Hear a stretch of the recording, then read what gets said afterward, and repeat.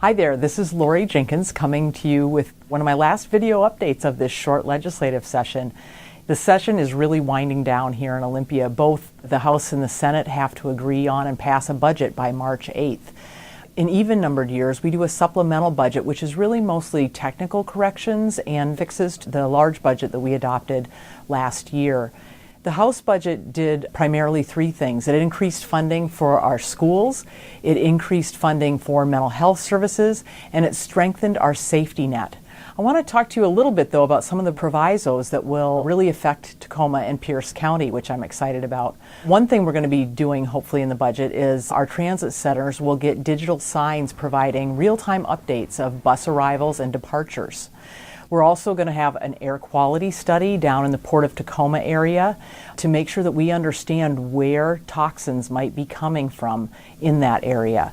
Third, we have a lot of preventable hospitalizations in Pierce County. In fact, we rank highest in the state for this, and we're going to take some action to try and decrease those.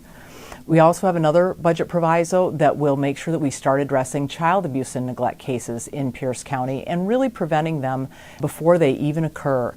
And finally, we're hoping to start a pre-law program at the University of Washington, Tacoma to make sure that our South Sound residents who want to get involved in a legal career can do that.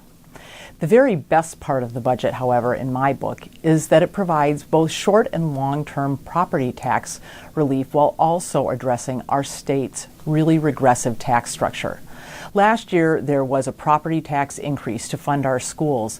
It was the only taxation method that the Senate Republicans would agree to, so we went ahead and did that. It increased property taxes for nearly everyone in the state of Washington and relied most heavily on property taxes for our working families and those on fixed incomes. At the same time, Washington already has the most regressive tax system in the United States. The bottom 1/5 of our income earners pay nearly 17% of their income in taxes, and those at the very top pay just a little bit over 2% of their income in taxes. That is by definition unfair.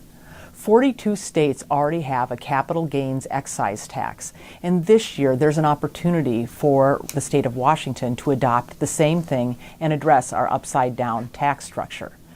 In the short term, we would use $1 billion in the budget to reduce our property taxes, basically thanks to the extra revenue we've gotten in the recovery from our Great Recession. The long-term solution, however, is to adopt this excise tax on capital gains. That way, everyone pays their fair share for our schools. Here's how it would work. If you sell stocks or bonds and make income off of that, you would pay a 7% tax on that income after you'd earned over $20,000 worth of income. And that money that's raised through those taxes would then be used to reduce property taxes in the state of Washington. We want to make sure this doesn't affect middle-income families greatly, so there are a lot of exemptions. Retirement accounts, including IRAs and 401ks, are exempt. Single-family residences and condominiums and duplexes and triplexes are exempt. Ranching livestock and the sale of agricultural lands and timber are exempt. And the sale of qualifying family-owned small businesses that gross less than $20 million per year are exempt. The bottom line is, if you're like me and you've never paid capital gains tax before, you're not going to under this capital gains excise tax. It's estimated that actually only 48,000 of Washington's 7 million residents would pay the capital gains tax versus the 2.3 million Washingtonian households who are looking at increased property taxes this year. I'm proud to support the House budget and to support this long-term property tax relief that also makes Washington's tax code more fair.